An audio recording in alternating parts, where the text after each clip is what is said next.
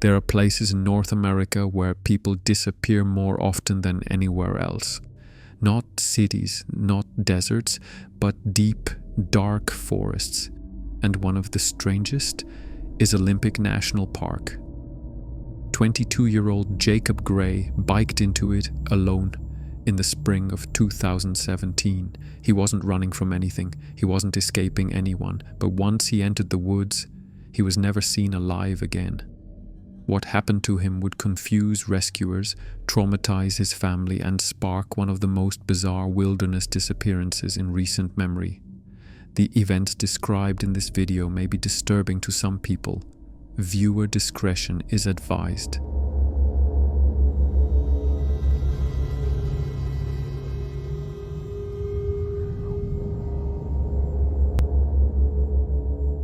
April 5th, 2017. Jacob Gray packed a bicycle trailer with gear, a tent, sleeping bag, bow and arrows, a machete, and far more. Nearly 50 pounds of wilderness survival equipment.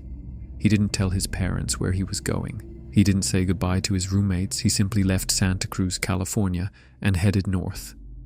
Jacob wasn't reckless. He was experienced, a former Boy Scout, comfortable in nature, known to embark on long solo trips. But this one was different.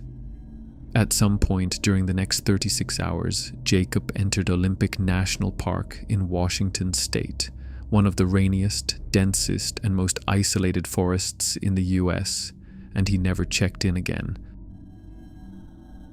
2 days later, a park ranger spotted something unusual on Salt Duck Hot Springs Road, a touring bicycle, upright, with a trailer still attached. It wasn't damaged, it wasn't hidden, it was just there. As if someone had stepped away for a moment and forgot to come back.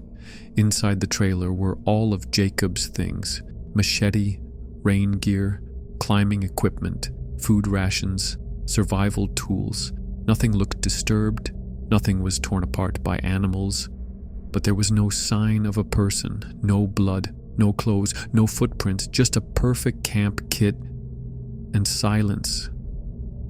For investigators, this wasn't just puzzling, it was deeply unsettling. The Salt Duke area wasn't remote by Olympic standards. Roads were nearby, rangers passed through, but nobody had seen Jacob enter. No camera caught his arrival, no driver reported a cyclist on the road, and yet the bike stood alone. Jacob's father, Randy Gray, got the call within hours. He dropped everything and drove from California to Washington to search for his son.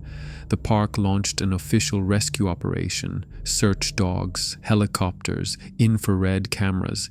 Cadaver dogs picked up a scent at the Salt Duke River, but lost it again almost immediately. The terrain made every hour harder. Rain soaked the ground, slopes turned to mud, visibility dropped to near zero. Over the next few days, more clues started appearing. A blanket, then a knife, then parts of clothing. But the locations didn't make sense. Some items were downstream, but others were upstream. It was almost as if someone had planted them, like a breadcrumb trail in reverse. The river itself, fast-moving, became the focus of the investigation.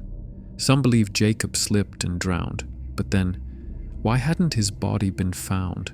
Why were key items found in places that defied logic? Olympic National Park is not a forgiving place. The Salt Duke River especially, frigid, with undercurrents strong enough to sweep a grown man into submerged log jams.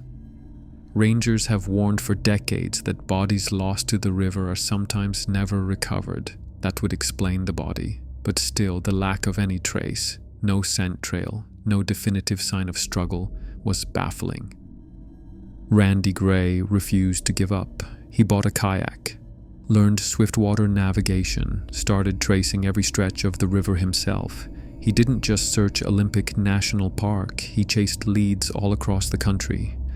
Someone said they'd seen a drifter in Vermont that matched Jacob's description. Someone else claimed Jacob had joined a commune in Montana.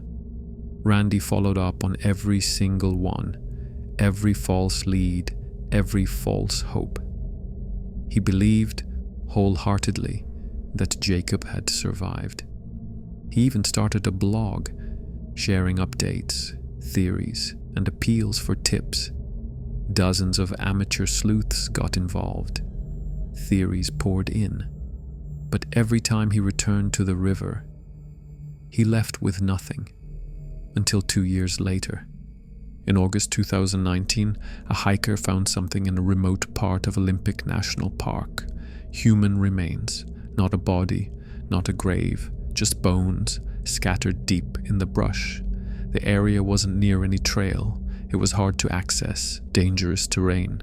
It was more than 15 miles from where Jacob's bicycle had been found. There was no gear nearby, no clothing, no signs of shelter, just the forest and fragments of a human life. DNA testing confirmed it. It was Jacob Gray. But even that didn't solve the mystery. The final report listed no official cause of death, no trauma, no foul play. Jacob had simply wandered into the forest and died. But why didn't he use his tent? Why leave behind food and supplies? And why did he veer so far from the trail, through such hostile terrain? His gear was untouched, some items found miles apart, and the cadaver dogs led nowhere.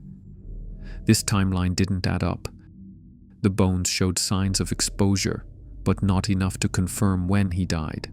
Forensic experts couldn't determine whether Jacob had died the same day he vanished, or months later. Some believe Jacob suffered a mental break. Others believe he was trying to disappear, but none of it makes sense. Because if he wanted to vanish, why leave the bike in plain view? If he fell into the river, how did his gear end up scattered across miles? If he got lost, why head into an area with no trails? There are theories, but no answers. Just one man, one bike, one mystery, and a father who never stopped looking.